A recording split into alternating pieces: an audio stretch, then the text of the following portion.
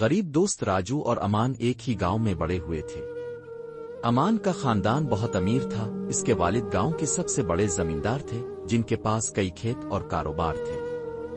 دوسری طرف راجو کا خاندان بہت غریب تھا، اس کے والد ایک چھوٹے کسان تھے جو دن رات محنت کر کے بھی بمشکل گھر چلا پاتے تھے۔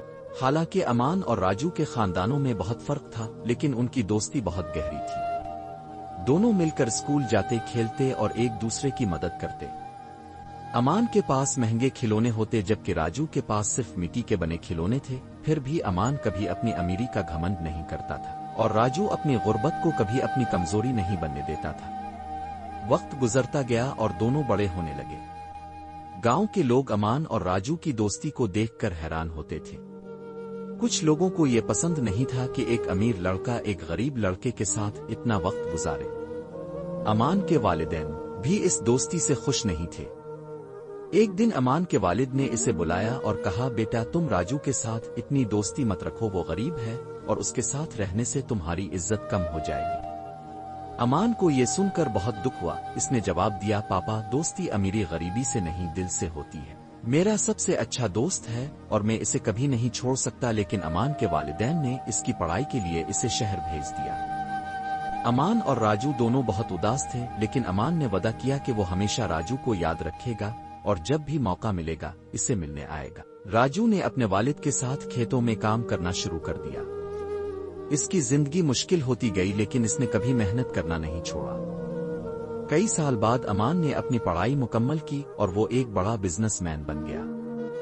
جب وہ گاؤں واپس آیا تو اس نے سب سے پہلے راجو کو ڈھونڈنے کی کوشش کی۔ اسے پتا چلا کہ راجو ابھی بھی گاؤں میں تھا اور اپنے والد کے ساتھ کھیتی باڑی کر رہا تھا۔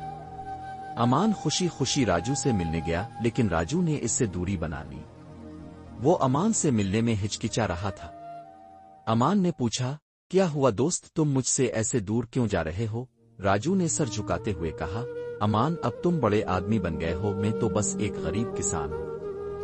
تمہارے والدین کو ہماری دوستی پسند نہیں تھی اور شاید اب بھی نہیں ہوگی۔ امان کی آنکھوں میں آنسو آ گئے۔ اس نے راجو کا ہاتھ پکڑا اور کہا، دوستی پیسوں سے نہیں دل سے ہوتی ہے۔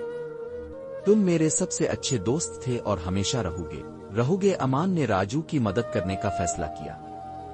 اس نے راجو کو ایک نئی کھیتی کی ٹیکنیک سکھائی اور اس کے لیے نئے بیج اور آلات خریدے۔ آہستہ آہستہ راجو کی حالت بہتر ہونے لگی۔ گاؤں کے لوگ یہ دیکھ کر حیران تھے کہ ایک امیر آدمی اپنی دوستی نبھانے کے لیے ایک غریب کی اتنی مدد کر رہا ہے۔ امان کے والدین نے بھی محسوس کیا کہ ان کا بیٹا صحیح تھا، سچی دوستی پیسے کی محتاج نہیں ہوتی۔ چند سالوں میں راجو کی محنت اور امان کی مدد سے اس کی کھیت بہت اچھی چلنے لگی۔ اب وہ بھی ایک معزز کسان بن گیا تھا۔